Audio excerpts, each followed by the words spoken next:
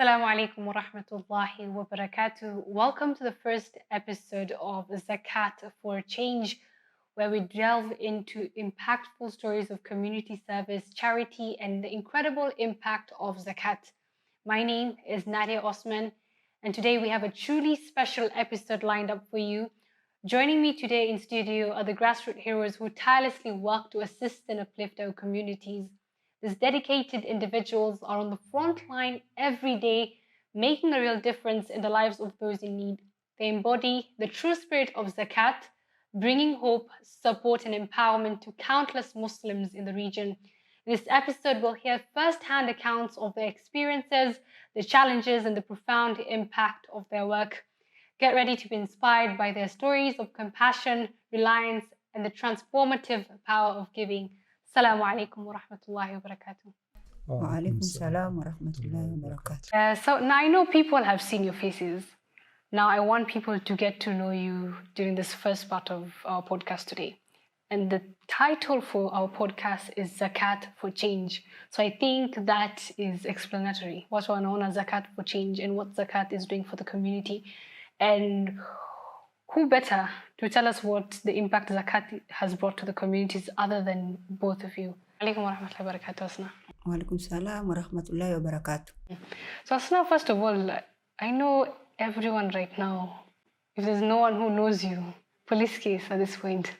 So probably you can tell us, first of all, ujitambulishe, and also tell us what you do. And I know also tell us a little bit about Soma Mama. I know it's a CBO that a couple of people, they're familiar with it. Maybe inshallah, you'll be able to tell us what you've been doing kwa ground for Zakat Kenya. Assalamu alaikum wa rahmatullahi wa barakatuh. My name's are Hasna Hassan from Mukuru. I'm a community resource person and a Soma Mama. It was back in the year 2016. I was still volunteering under Mukuru Sisters of Mercy, who sponsored my education. Then one day I went for a darsa, which was my first time. Then I met the Ustad Aisha. And after some darsa, I met her personally and explained to her, it is the first day I've been with Muslims. I've interacted with Muslims, but I wanted to pose some challenges to you guys.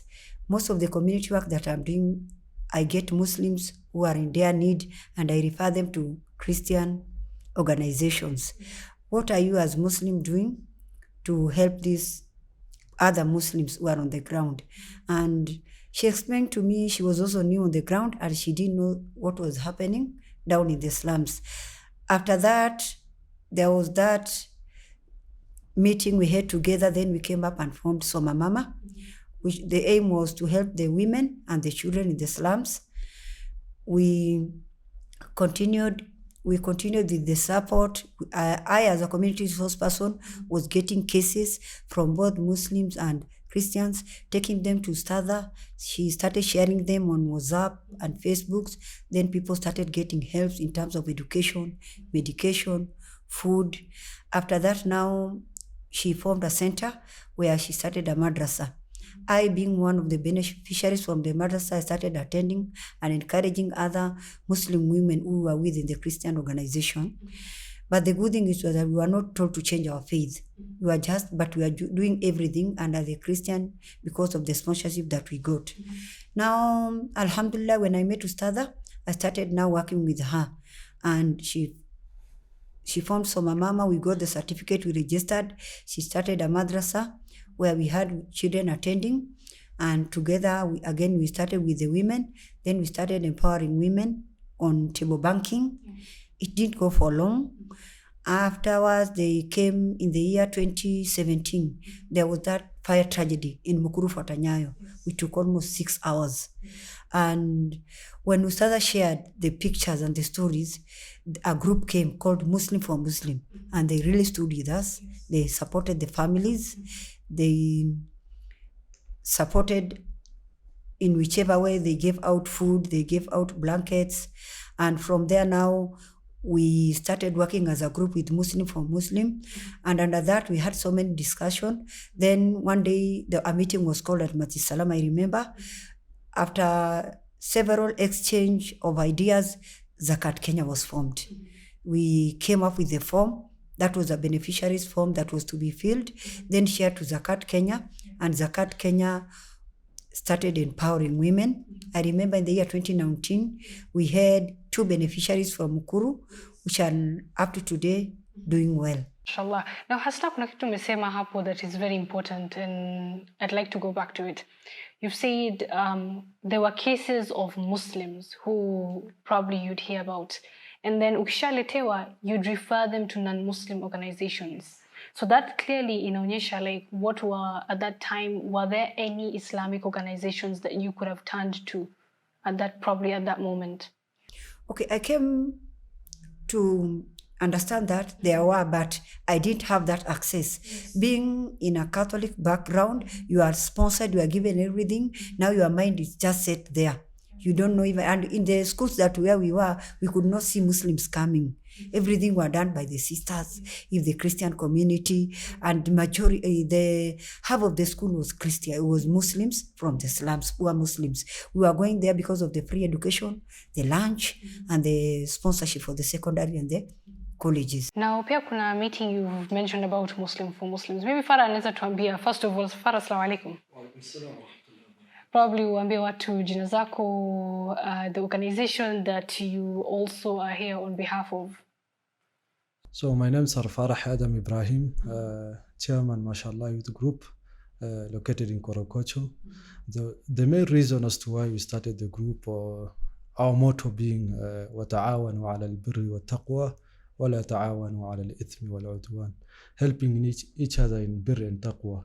So main purpose being in Islam, a community of low standard, we came up together so that we can help our community as youths, those who want empowerment, those with medical cases, those with education problems.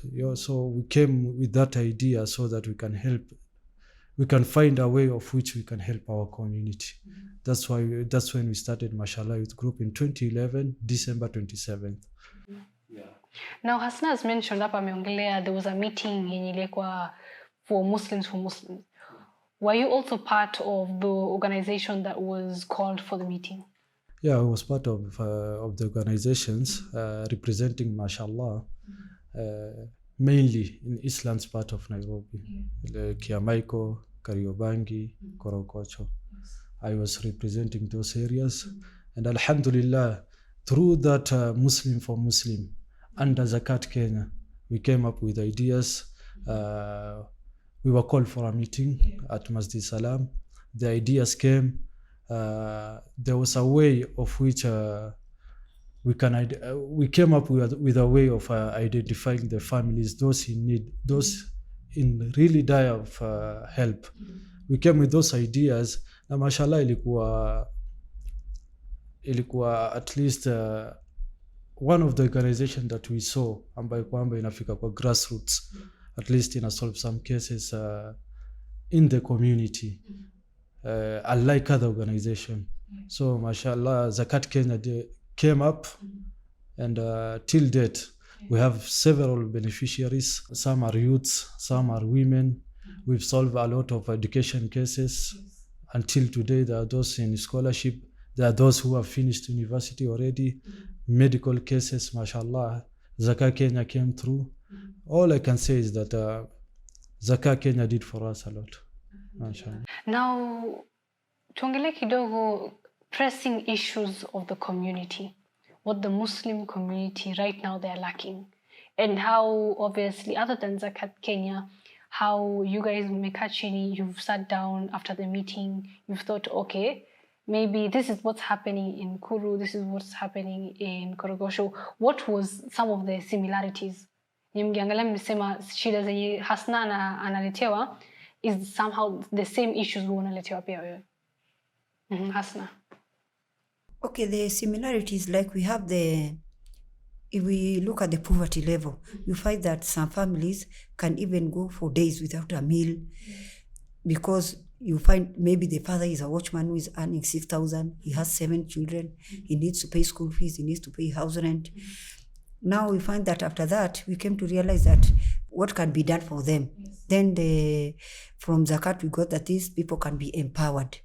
Maybe some of them are empowered. They start a business, which is after an intensive training.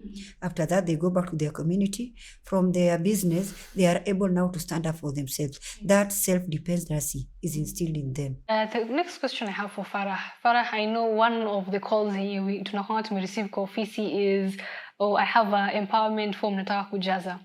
Tunawaambia unatoka wapi? We give out your number and they come to you and you assist them to fill out the form. Yeah. So let's imagine the steps. Mtu anakuja kwako na kuambia Farah, I want to apply for empowerment for Zakat Kenya, because there's some people they can think that's easy. I just go say I want money for empowerment, unapewa pesa. What am I want to say? So mainly, when they come to your offices, they are sent back to me. Mainly what I do with the youths, we confirm this person's cases. Tunamwangalia kama ni someone who can really work, who ambaye kwamba baada ya pale atakuwa ni mtu wa kusema nipe. One of the main problems we have as a Muslims is solve my case for today. The rest, yani all Zakat, the very things Zakat Kenya in a focus more on is all about empowerment, and we cannot give anyone to the opportunity of which lazima tufanya identification. We are in one area, so there is no way that someone can lie to us, since we know each and everyone. Tunajuana sisi kwa sisi, itakuwa rahisi sisi ku identify who mtu anaweza fanya shughuli, anaweza fanya ikazi. Like a case of one of the deaf youths. He used to ride someone's boda.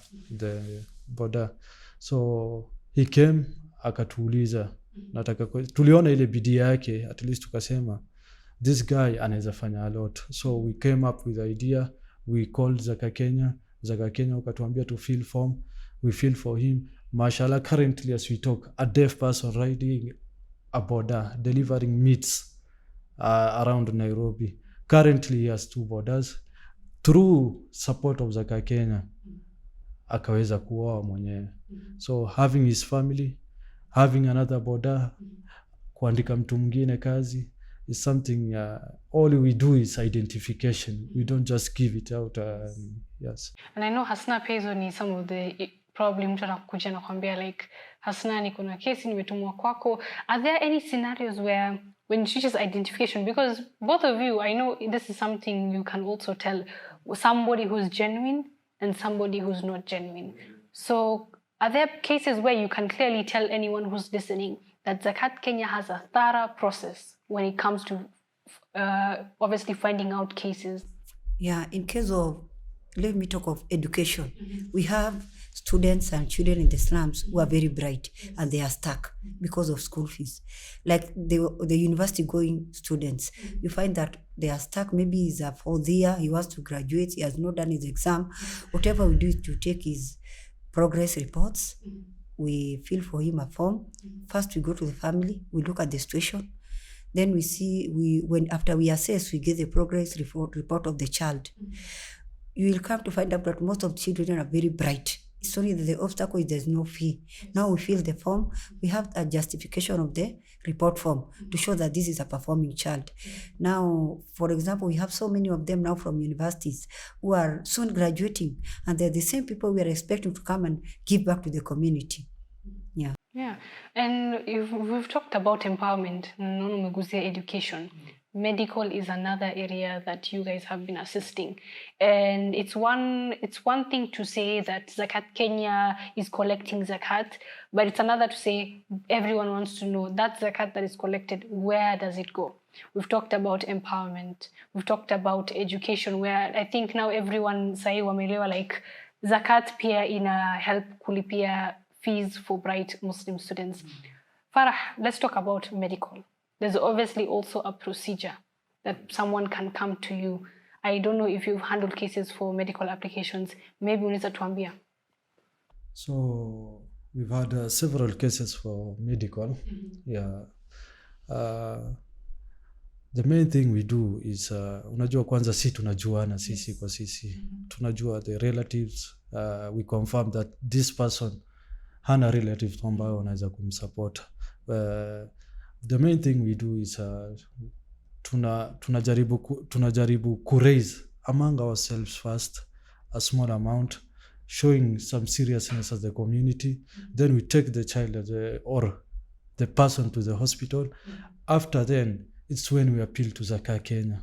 We confirm to Zakat Kenya that this person is really in need of medical assistance.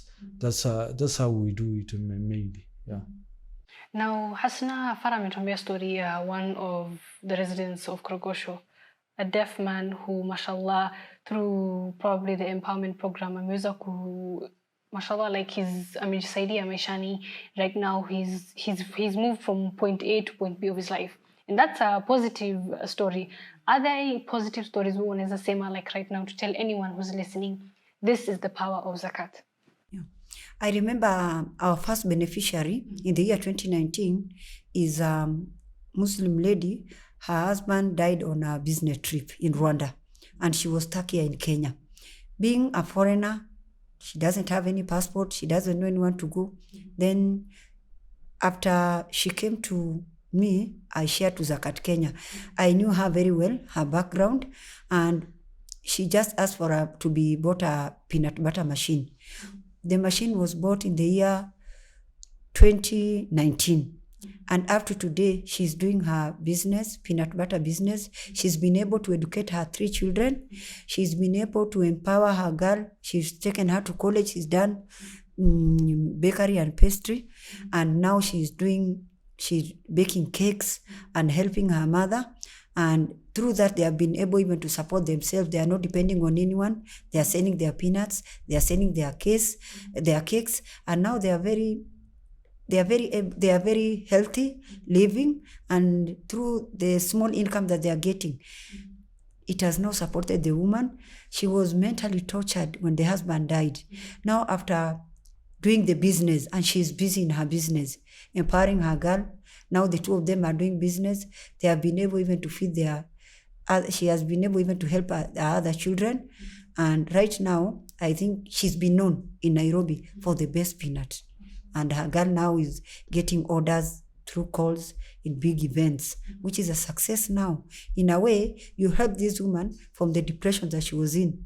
And now, even if she wants to proceed in forms of maybe she wants to go back, she has something that she can be proud of. I'm saving this.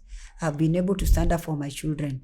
And the second case, we have another woman who was empowered, and she was given some money. She used to sell groceries at South B. Right now, she's selling in Marikiti. And she told us, if you start it for me, I'll not need any help. Right now, she's paying university school fees for 2 of her children. And her business is still going on. And she always speaks of Zakat. Yeah. So both of you've mentioned long-term effects of Zakat. Farah, the story you've given us of the man who's deaf in Korogosho. Hasna, you've given us a story of a lady who was also assisted from your area with Zakat. When somebody is listening to this, mashallah, they might not be able to understand, like, oh, Zakat Kenya piana, how impactful is it? Both of you are here as a proof, honestly speaking, kuongelelea what Zakat has been doing on ground.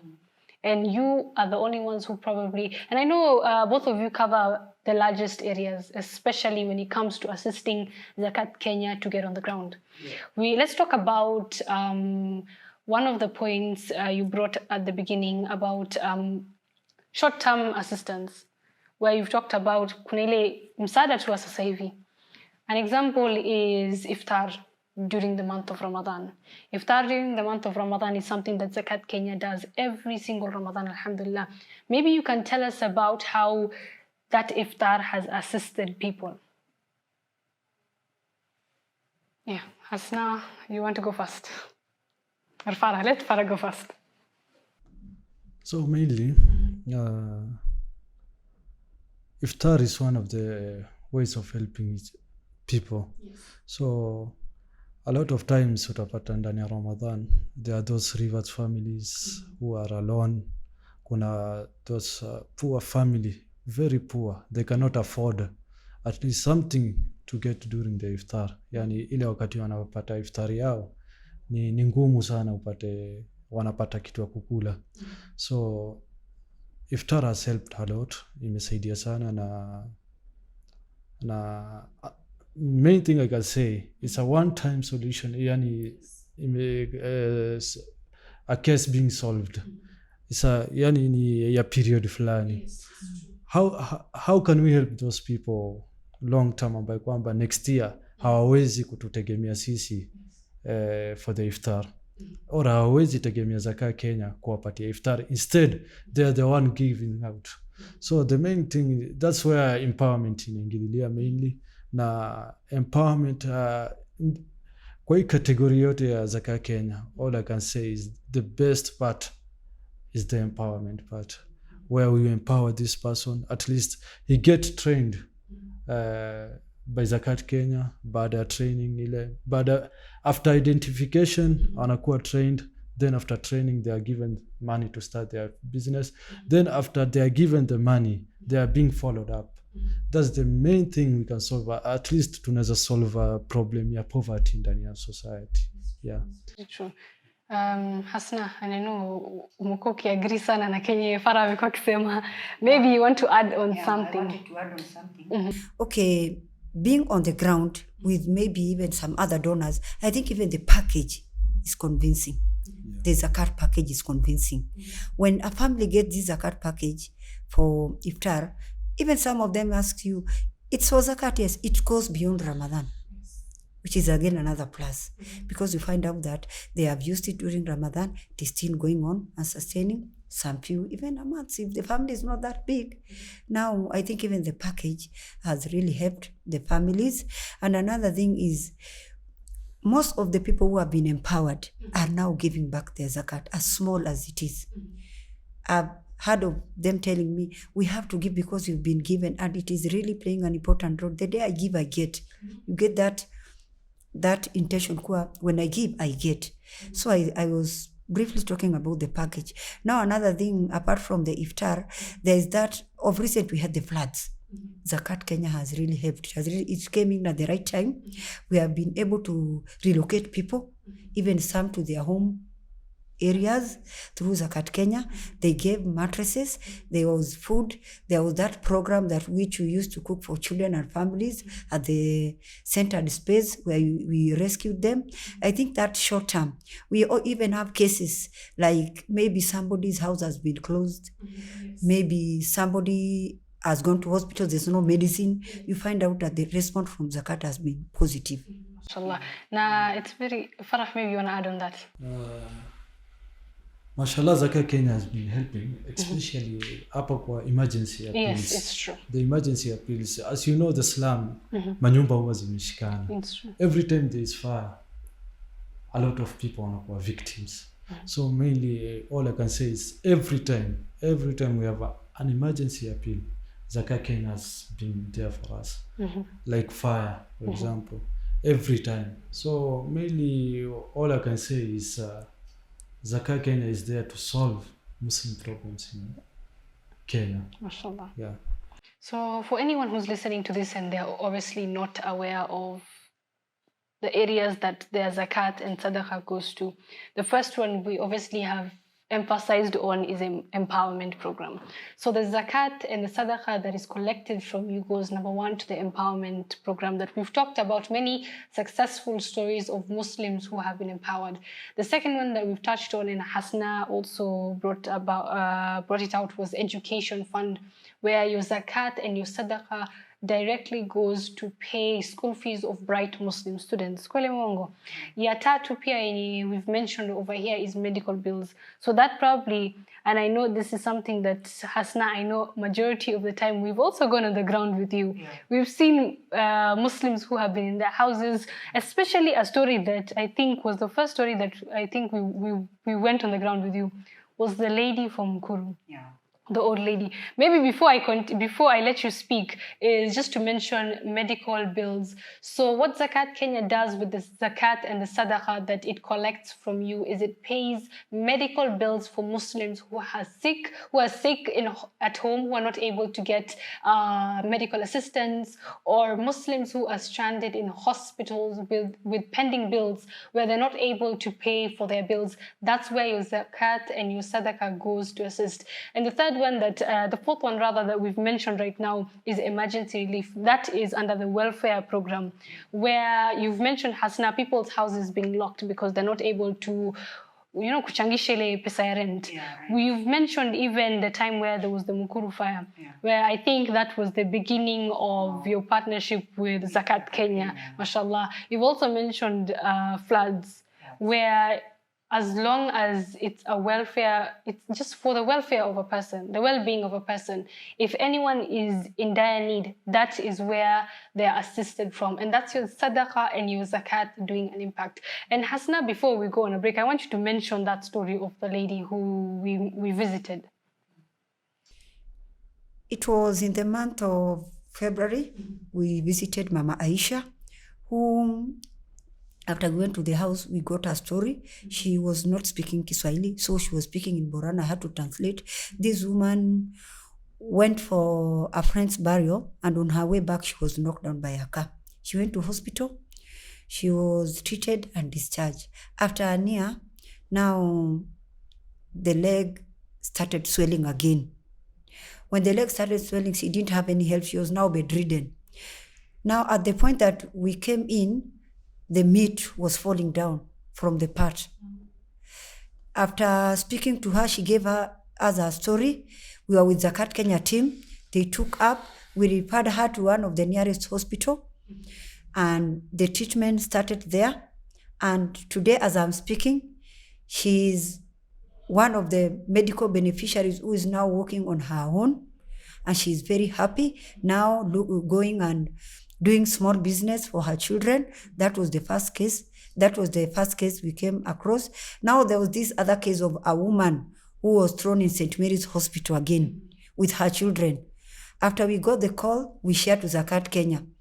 We were sent there. We went and assessed a case. Zakat Kenya took full responsibility of the woman. I was sent, I got a house. We furnished the house. We took the woman and the children, and we started her medication. She was bedridden for 1 year, every day taking her for medication. After we went to Kejabe, they were to do an operation.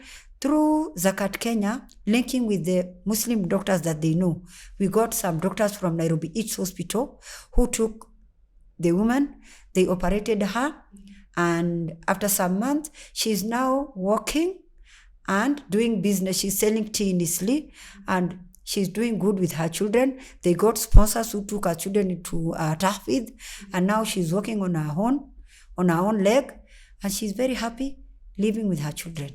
So one of the things a lot of people right now on Afikiria is if a Muslim is going through Ituko ground, why should I assist them? Mainly, a Muslim's problem is my problem. We are united under the creed of La ilaha illallah Muhammadur Rasulullah. So mainly problem yake lazima itakuwa tu problem yangu, and it's upon mimi kama Muislamu nimsaidia yeye, akona haki juu yangu. As a Muslim, he has a right over me. So it's mainly our yani ni juu yetu sisi kuhakikisha ile shida yake imemtokea. Yeah. Maybe what I can add on is, when a Muslim is in a problem, as Farah has said, and you are a Muslim, again seeing, you feel that there's that link, that pinch. This is a Muslim, I'm a Muslim, and there should be that brotherhood. And you as a Muslim, you should have that instinct that, how can I help? It should automatically come from you. It should not be something judgmental, because we are doing everything to get reward from Allah. And maybe we can share the stories from the ground. You find out that this community, especially in Mukuru, they know their situations, they know who is worse than the other person. And when a case comes up, they are the first people who find the solution. And some of the solution that these people find, they find it as at their capacity, if I can say. Maybe somebody is sick, they can only decide to take somebody to a chemist, and you find out that in this chemist, this is not a doctor, is not a qualified pharmacist. Some of them go for wrong medication. And maybe you are there as a doctor, and when maybe this person comes to you, you can offer the best solution. And when this person gets well, it's also a reward for you. So that linkage, when a Muslim is in problem, we need to share it out so that other Muslims, maybe you don't have that chance to get to know. And nowadays we have the social media, we have different panels.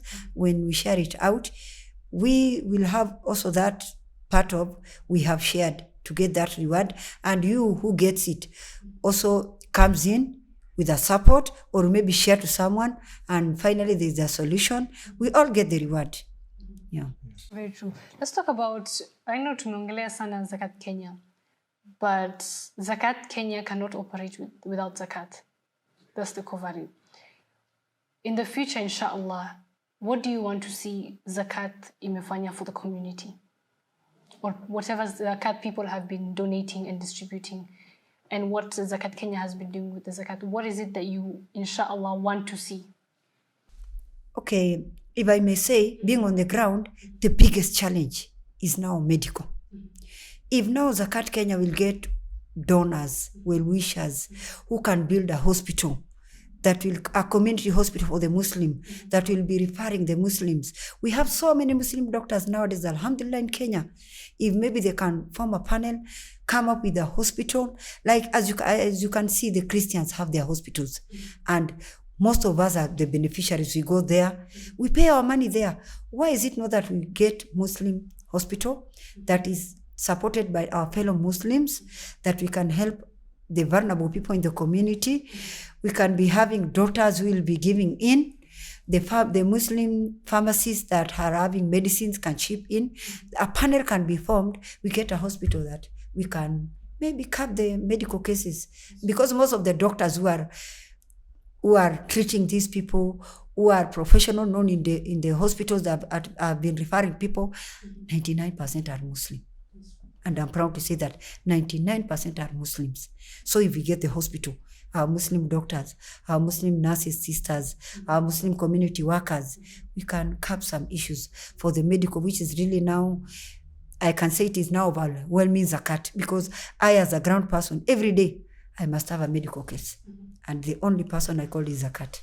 Kenya. Farah, what do you want to see Zakat do for the community? One, Hasna said about amesema kuhusu mambo ya hospital, of which is the main problem currently tuko nayo.